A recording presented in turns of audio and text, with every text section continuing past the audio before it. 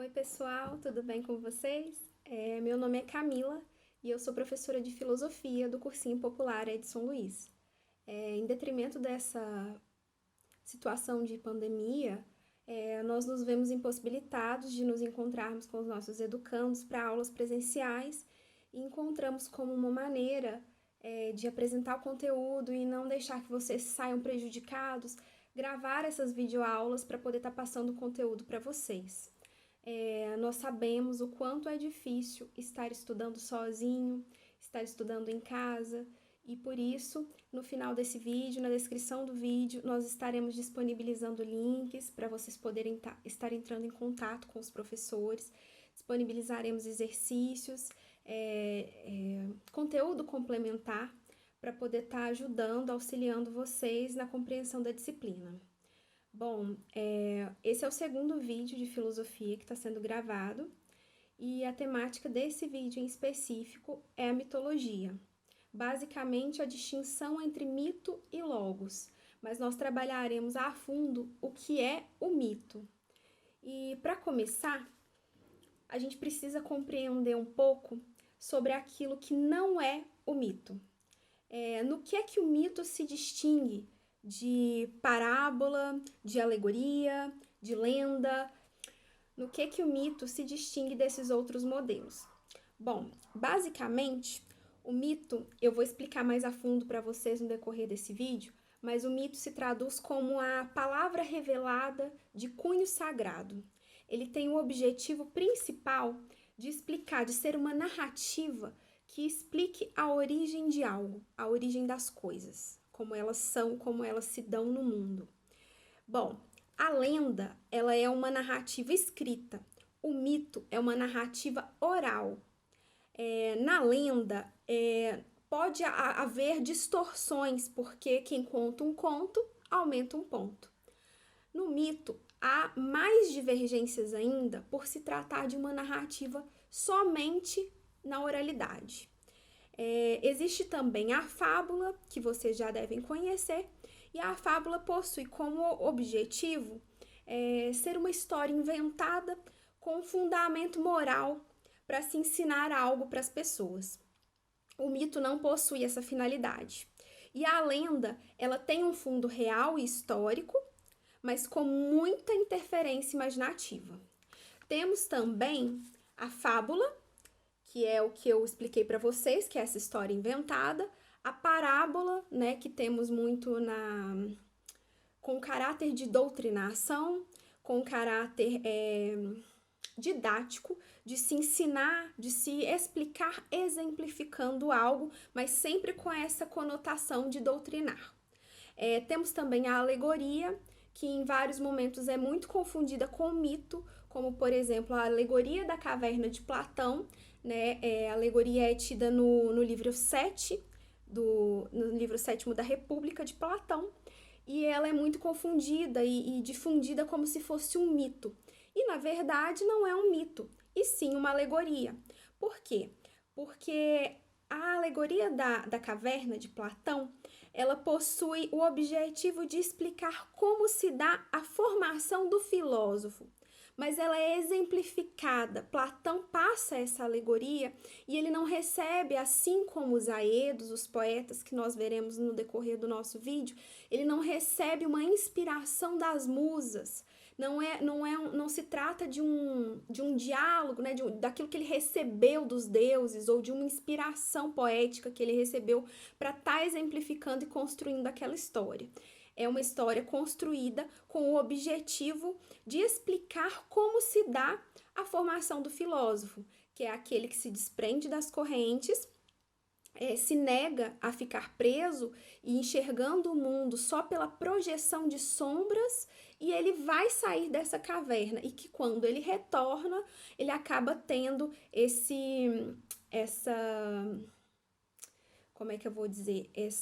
resistência daquelas pessoas que se recusaram a, assim como ele, se desfazerem, se desprenderem das amarras e irem enxergar o mundo com seus próprios olhos e não somente como uma projeção. Isso seria a alegoria. Bom, a alegoria, ela é retórica também, Ela é uma história muito bem elaborada, muito bem construída, com muitos detalhes e se utiliza de artifícios, entendeu? Esses artifícios para fazer com que as pessoas compreendam de uma maneira análoga. Eles fazem uma analogia. Na alegoria se é feita uma analogia. Bom, agora que nós compreendemos basicamente a diferença entre o que é mito, o que é alegoria, o que é parábola, o que é fábula e o que é lenda, essas 5 distinções, a gente pode tratar prioritariamente e se ater ao que nos interessa nesse vídeo, que é o mito. Bom, gente, o mito, ao contrário do que se pensa, não é algo abstrato. Ele é um pensamento concreto e a palavra na mitologia vai ter o poder da presentificação. Por exemplo, quando os gregos evocam a palavra noite, ela traduz e traz consigo, presentifica a morte, a escuridão, o esquecimento. As palavras para eles têm um poder e um peso imensurável, que não é aquilo que a gente está acostumado até hoje em dia. Então, o mito para eles é um pensamento concreto, é uma narrativa sobre a origem das coisas, dos astros, da terra, dos homens, das plantas, também do bem e do mal, das doenças, da morte. O mito busca explicar o surgimento de tudo isso no mundo. Ele é a extensão de como o homem se vê. O mito tem esse poder e esse impacto para os gregos na época. Bom, a palavra mito se deriva basicamente de 2 verbos gregos, que se traduzem basicamente em contar, narrar, nomear, anunciar, designar. Então, essa palavra revelada de cunho sagrado para os gregos, que é o mito, ele é inquestionável, ele é incontestável, porque ele é traduzido, ele é transpassado, ele é oralizado, cantado por poetas aedos que são inspirados pelas musas. As musas são filhas dos deuses e todos esses deuses têm entre si uma hierarquia e têm uma procedência. Eles descendem de algo e eles criam e estão sempre tendo outros filhos e originando outras coisas. O tempo para esses deuses, ele é circular. Não tem essa ideia que nós temos desse tempo linear cronológico. Os deuses, quando a gente lê na mitologia que os deuses nasceram e que os deuses morreram, a gente precisa ter essa concepção de que quando um deus nasce, ele traz junto de si tanto o início quanto o final. É um tempo cíclico e não um tempo linear como aquele cronológico que nós estamos acostumados. Por isso, existem histórias na mitologia em que os deuses nasceram e morreram e depois uma outra história onde aquele deus que morreu está presente, está vivo de novo e causando e lidando com os deuses e com os homens novamente como se nada tivesse acontecido. Então, assim, é preciso que a gente entenda que existe essa distinção daquilo que é tratado como morte e vida, como imortalidade. Os deuses gregos são imortais não porque eles não morram, mas sim porque eles não são esquecidos, entende? Há essa distinção do pensamento grego para o pensamento ocidental que nós trazemos hoje em dia. Bom, deixa eu ver onde é que eu parei aqui. Esse mito, ele vai ser sempre um discurso narrado em público.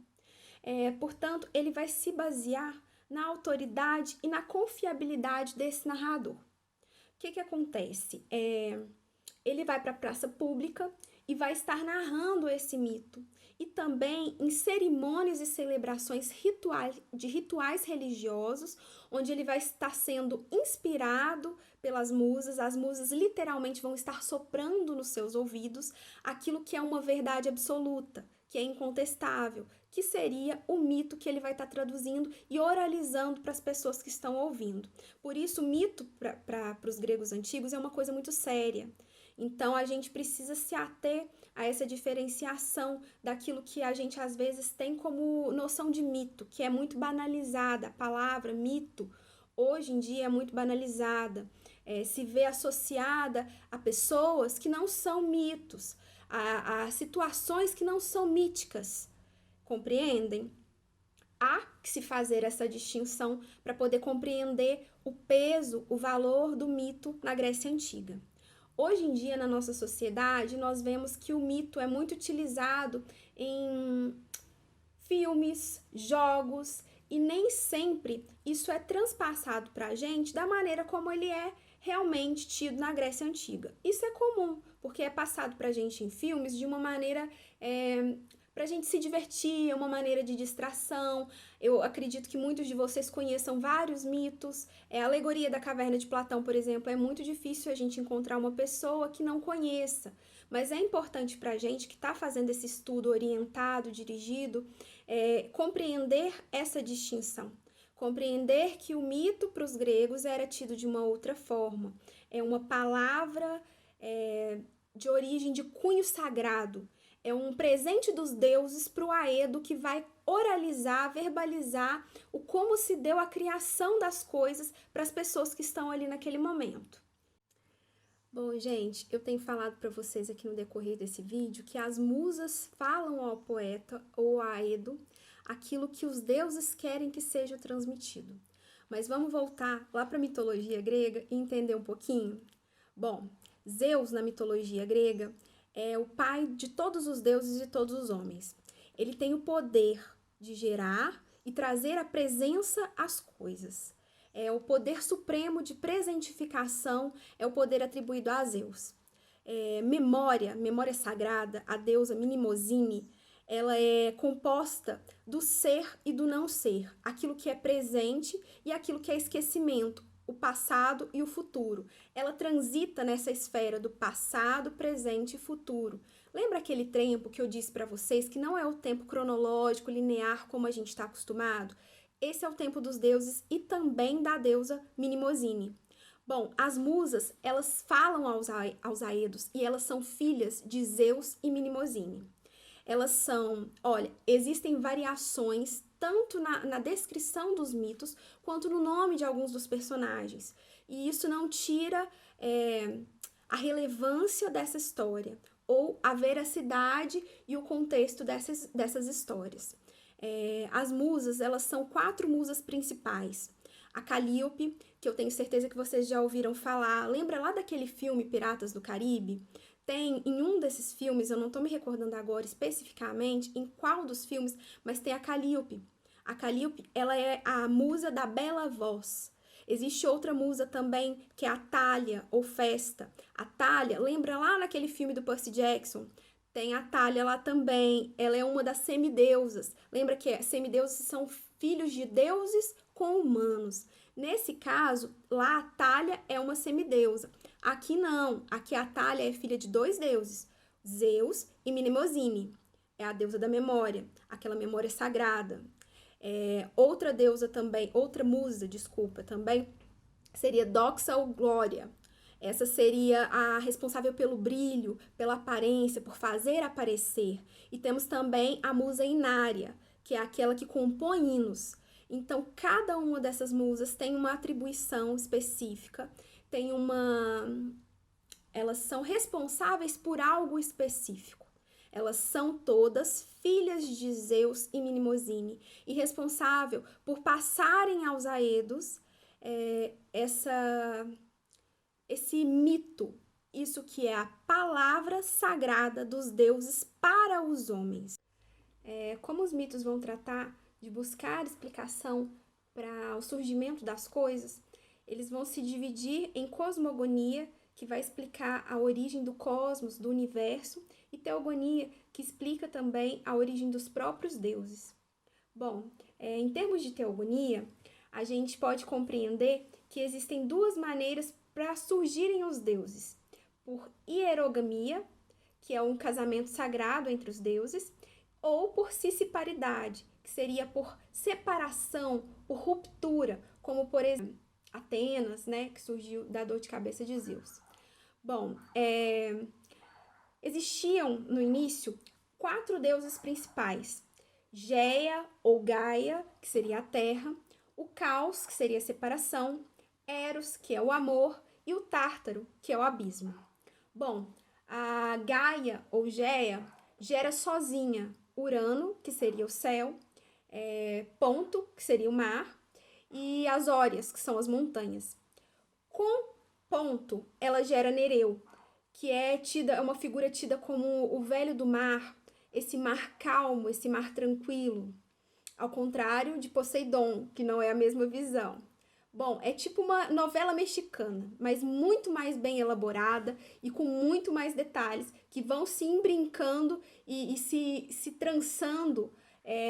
São histórias que se relacionam entre si para explicar. E no final vocês vão compreender que há um sentido para o homem de estar buscando nesses mitos a origem das coisas e de acreditar, inclusive, nessa palavra sagrada.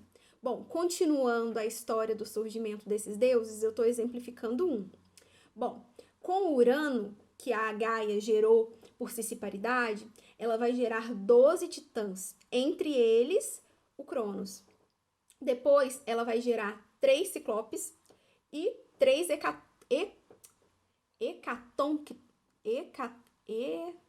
hecatônquiros. Bom, é uma palavra difícil, mas são 3 gigantes de 100 braços. Bom, com medo do poder desses filhos, o Urano vai decidir que vai encarcerar esses filhos de novo no útero de Gaia. Gaia, tremendo com a dor dessas contrações e sofrendo muito por ter esses filhos encarcerados dentro de si, pede ajuda aos seus primeiros filhos, os 12 titãs. Dentre esses 12 titãs, o único que escuta Gaia é Cronos, que também já não tinha uma relação muito interessante com o pai, ele já não gostava do pai. Bom, o Cronos e a Géia vão elaborar um plano para que quando Urano descesse para encontrar com Géia novamente, o Cronos pudesse salvar a mãe. E é isso que acontece. Cronos vai castrar, vai capar o pai e vai salvar a mãe. Cronos, nesse momento em que castra o pai, separa céu e terra. Cronos vai se juntar a Réia e assumir esse trono. E com medo dos irmãos assumirem e o destituírem desse poder, vai encarcerar novamente os irmãos. Bom, Urano vai chegar para o filho e vai dizer a ele, ameaçá-lo com o presságio de que um de seus filhos vai destituir ele do poder, da mesma maneira que ele fez com o próprio pai. Cronos, a partir de aí, então, decide devorar todos os seus filhos. Cronos é o tempo. E o que é que o tempo faz com a humanidade? O tempo nos devora. Então, isso, para a humanidade que recebia esse mito como palavra de cunho sagrado, tinha um impacto, tinha um motivo e tinha uma explicação. Por que nós somos devorados pelo tempo? Por todo esse enredo que eu acabei de narrar para vocês de maneira sucinta, porque ele é muito mais cheio de detalhes. O tempo vai nos consumir. Então, por isso é que com o tempo nós vamos ficando velhos. O tempo nos come, nos consome, porque ele tem essa fome de poder, esse medo de ser destituído do poder que ele adquiriu. Bom, esse é um exemplo que eu dei para vocês de um mito que explica a teogonia ou o surgimento dos deuses. O mito anterior nos explica o porquê que se dá essa deteriorização do homem no tempo. Por que a gente se deterioriza? Por que nós temos um prazo de validade no mundo? Esse próximo mito que eu vou narrar vai demonstrar a compreensão de um outro aspecto da vida do homem na Terra. Bom, nós já conhecemos anteriormente Géia, Gaia, que é a deusa da terra. Ela é a terra em si. Mas existe uma outra deusa chamada Deméter, que é a terra cultivada, a terra lavrada e arada pelo homem. Ela também é uma deusa. Deméter tinha uma filha, a Cora, a jovem, e ela era filha única de Deméter. Bom, um dia Zeus vê Cora nos campos e resolve levar Cora para o submundo para viver com ele. Cora, ao ir para o submundo e tornar-se esposa de Hades, ela se transforma, assume o papel de Perséfone. Agora ela é conhecida como Perséfone. Deméter, desesperada de saudades e de agonia com a situação da filha, vai atrás de Zeus. E Zeus, num acordo com Hades, vai fazer com que Hades permita, então, que em ciclos essa Perséfone, Cora, retorne à Terra para se encontrar com a mãe. E esses ciclos são os ciclos da lavoura. É o momento em que Deméter está feliz por ter a filha por perto e ela dá o fruto, a bonança à terra. E quando ela está triste pela ausência da filha, a terra se volta e se torna novamente improdutiva. Esses ciclos de produção, de cultivo da terra que o homem tem, é explicado dessa forma. Perséfone está triste, a mãe Deméter, que é essa deusa da terra cultivada e lavrada, está triste pela ausência da filha, então ela não dá fruto ao homem. Mas quando esse ciclo se completa e Hades permite que a filha retorne à superfície e reencontre sua mãe, Deméter fica feliz e fornece ao homem o fruto. Ela dá ao homem o fruto da sua produtividade, daquilo que é cultivado nela. Com esses dois exemplos, eu acho que eu consegui fazer vocês entenderem que tinha sim um sentido, não eram só histórias aleatórias para passar o tempo.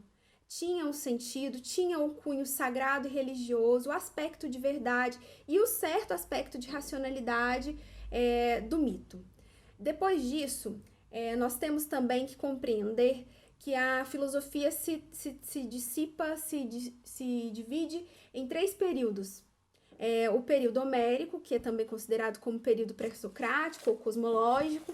Um segundo período, que seria o período da Grécia Arcaica, que seria o antropológico ou socrático. E um terceiro período, que seria o período clássico, helenístico ou romano.